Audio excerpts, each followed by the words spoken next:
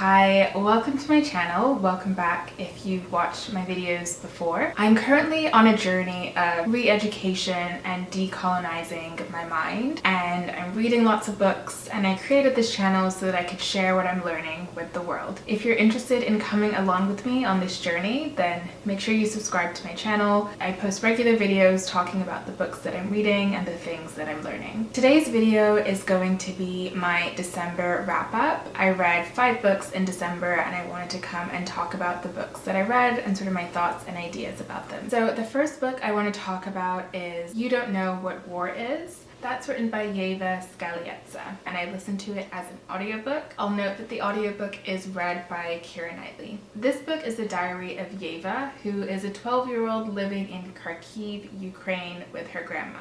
This book begins with Eva's pre-war life. In it, she's celebrating her 12th birthday with her friends, and her diary talks about her party, boys, crushes, just the average issues that a 12-year-old is going through. Within 10 days, Russia invades Ukraine. After the invasion, Eva's entries deal with her and her grandma hiding in basement bunkers and generally just trying to escape the conflict. I have a few issues with this book, and it's difficult because Eva is 12 years old, it's her diary. My issues might be more with sort of the marketing of this book than with the book itself. First of all, the title is slightly misleading. Without sort of spoiling too much, Eva doesn't actually experience a lot of the war, which I'm very happy and glad that she didn't have to experience that, but I think the title then is a little bit misleading. And my second sort of issue with this book, and again, I think this is more the marketing of the book than anything else, this book is frequently compared to The Diary of Anne Frank. In The Diary of Anne Frank, I believe she was 13 when she wrote it, Yeva's 12. They're both sort of in diary forms. To a sense, can make sense that those comparisons were being made, but they're very, very different in nature. I mean, I haven't read The Diary of Anne Frank since I was a little girl, but I remember reading it and feeling very, very tied to Anne Frank and her story and just feeling so heartbroken by the end of it. I didn't feel that way with this book, and I think it's because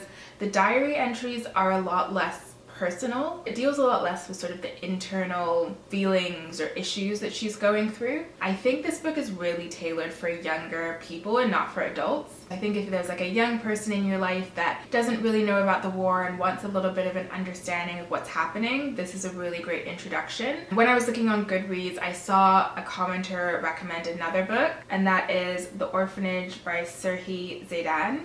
So just to read you a little bit about that book, devastating story of the struggles of civilians caught up in the conflict in eastern Ukraine. When hostile soldiers invade a neighboring city, Pasha, a 35-year-old Ukrainian language teacher, sets out for the orphanage where his nephew Sasha lives, now in occupied territory.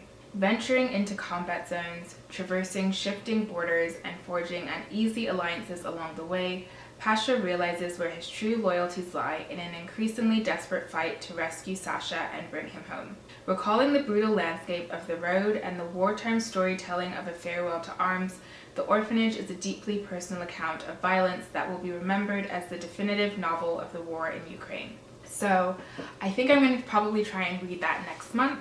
I just want a better understanding of what's going on in Ukraine, and You Don't Know What War Is didn't quite give me what I was looking for. If anyone has any recommendations for really good books on Ukraine, it can be either nonfiction or fiction, please let me know in the comments, because after I read The Orphanage, I definitely will want to read more so that I can become more knowledgeable in what's going on in that war. Next, I want to talk about On Palestine, and that is a book by Noam Chomsky and Ilan Pappé. I think that's how you pronounce his name. So I don't have a very detailed review of this book, and I think the issue I had with this is it's not a book for beginners. The key takeaway that I did have from this book was things that we can do as individuals to sort of help Palestine if that's what we feel called to do. The South African apartheid regime had a lot of support from the UK and from America, and was still fine to continue sort of doing what they were doing to the Black South Africans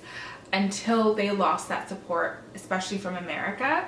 And so in this book, they talk about the idea that Israel is not really going to change their behavior towards the Palestinians unless they lose support from the Americans. And then they talk in the book about the way in which the Americans finally sort of stopped supporting South Africa was when there was a lot of popular pressure from American citizens who were putting pressure on their politicians to stop supporting the South African regime. And so because of that, even though Reagan himself still wanted to support South Africa, Congress would not allow it. So it did sort of give me hope that popular protests can actually make a difference when it comes to things like this. So if you really do want to try and find a way to support the Palestinian cause, I would recommend trying to put pressure on politicians, and eventually it will get to the point in which politicians will have no choice but to support what the people are saying. So I have a few books that I'm thinking of reading next. I've seen a lot of people reading The 100 Years' War on Palestine, and that's by Rashid Khalidi.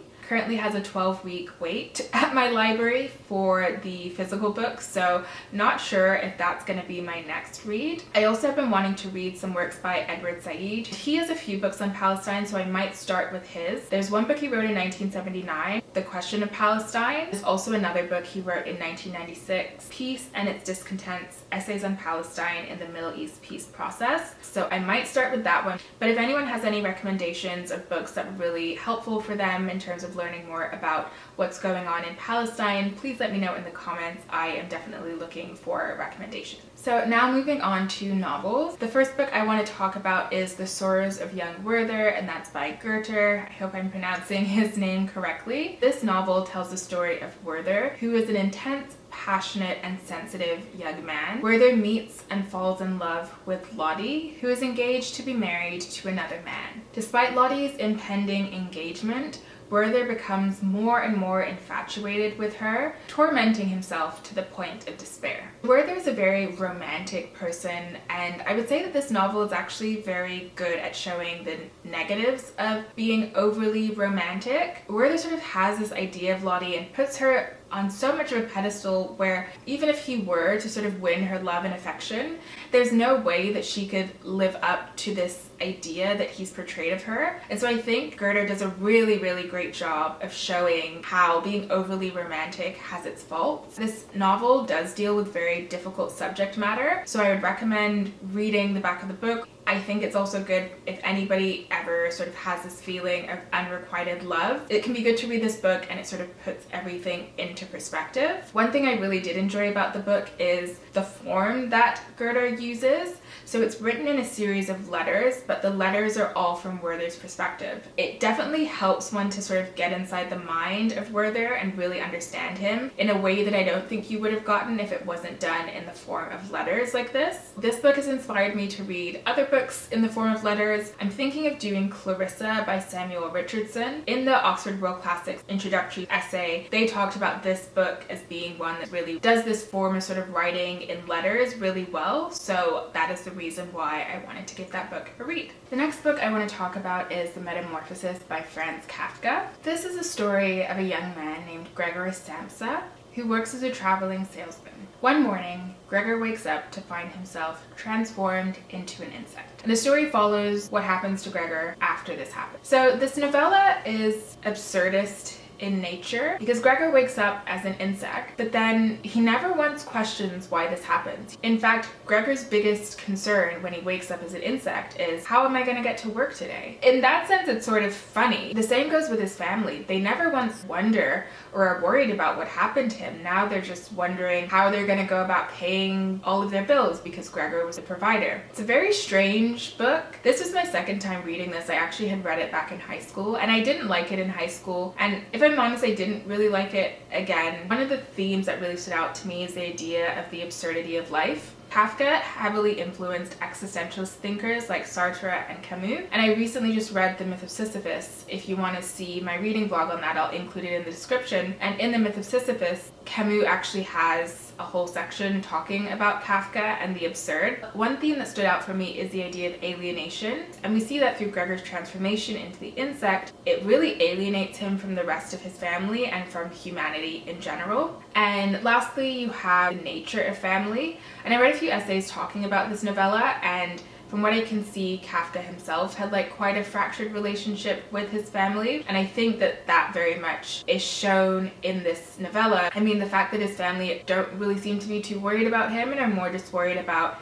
the implications of his transformation, I think was quite telling. As a whole, I did not really enjoy this novella. I tend to really enjoy literature that uses very beautiful language. I also tend to enjoy literature that sort of has a purpose or a meaning. And I think for me, this book just showed life is absurd and just makes you feel a little bit sort of hopeless. So it was not quite my cup of tea, but I think if you like existentialism, you probably will enjoy this. I had wanted to read The Trial by Kafka this year, and now I'm a little bit hesitant because I don't know, I don't think his style is really for me. And the last book I want to talk about is The Brothers Karamazov by Fyodor Dostoevsky. I have a reading vlog where I talk all about reading this, so I will also include that in the description box. I listened to the audiobook of this, and I listened to the Constant Garnett translation. I also own this version by the Oxford World Classics. I think I would have probably liked it a little bit more if I read this version. I didn't really like the Constant Garnett translation as much as this. This is a much easier translation, I would say. If you're looking for an edition, I would quite recommend this, and I also think the introduction in this is impeccable. So this novel follows the intricate and quite complicated lives of the Karamazov family. So first there's the father, Fyodor Pavlovich Karamazov, who is quite eccentric and I would say also somewhat of a neglectful father. He loves drinking, women, parties, and living this life of hedonism. Fyodor has 3 sons. His first son is Dmitry Karamazov, who is quite passionate and impulsive and has a very fractured relationship with his father. And then you have the middle child, Ivan, who is often referred to as an intellectual and who grapples with a lot of challenging philosophical ideas in this novel. Then you have the youngest son, Alyosha, who is quite spiritual and sort of working to bring his family together. I have very mixed feelings about this book. After finishing it, I saw what Dostoevsky was doing. I can understand why it's considered to be a classic. Dostoevsky tackles ideas and concepts that I personally have not seen tackled in any other book in this way. If you haven't read any work by Dostoevsky, he tends to take sort of like a psychological approach to a lot of things and really gets inside the mind of characters who often are quite unlikable people, but he still manages to make you feel empathy for the characters, and I think he does that really well. But I didn't enjoy the process of reading it. I don't really enjoy Dostoevsky's language, and because this book is so big, you're gonna spend probably at least 40 hours reading this. I listened to it as an audiobook, and I don't think I would have been able to finish it if I wasn't listening to it. But one thing I did really enjoy about this book is the philosophical debates that happen, and I have enjoyed that in Dostoevsky's novels in general. What he typically does is different characters will have sort of like different philosophical leanings, and so you're essentially having debates as the characters are having conversations. I've never seen him do it in quite this way because in this novel a lot of the conversations were religious in nature. I would say even if you're not religious, you probably will still get a lot out of it. There are conversations about the division between church and state, ideas about how can there be a God when there's all of this suffering, look at the suffering of children. So all of those conversations were really engaging and really enjoyable, at least for me to read. But there's a large chunk where that's not happening and it goes on for very, very, very long. I was having a conversation with someone in the comments the other day, and I know that it wasn't released sort of like as a book to begin with. It was done through magazines and published in pieces, but Tolstoy did the same thing, and I think Tolstoy's novels are long, but everything had a purpose and had a meaning. I didn't really get that from this book, and so that's a flaw. I think the Grand Inquisitor story in a story is impeccable, and I think if you're not going to read the book, at least read that. I think Penguin do an edition of like their great ideas and it's just the Grand Inquisitor. Also, as I was looking into this book more, I realized that during this time there's a lot of censorship in Russia, and so because of that a lot of people chose literature as a way to get these sort of political messages across, which is interesting. I think that's why I really enjoy Russian literature from this time period. The novels have political idea to them. One thing also that I learned as I was reading the introduction to this book is that this book was the first that took the idea of police investigation and trial, sort of a modern day courtroom drama, and put it into novel form. If Dostoevsky was the first one to do that, then I definitely would give him kudos, because that's so popularized now, and he did a really good job. His knowledge of sort of like the legal process, the courtroom system, like he did a really good job of that, and the idea of the rhetoric that's used by lawyers in court proceedings, I thought he did like 10 out of 10 when it came to that. After reading this, I am going to read Demons by Dostoevsky, which is another one of his novels. And I was having a conversation with someone in the comments and they recommended it, so I don't know when I'm going to do it yet, maybe later this year. So thanks so much for watching. Let me know in the comments if any of you have read any of these books, or if you have any books that you would recommend for me based on what I read. If you like this video, please give it a thumbs up, and if you like this sort of content, don't forget to subscribe. Bye!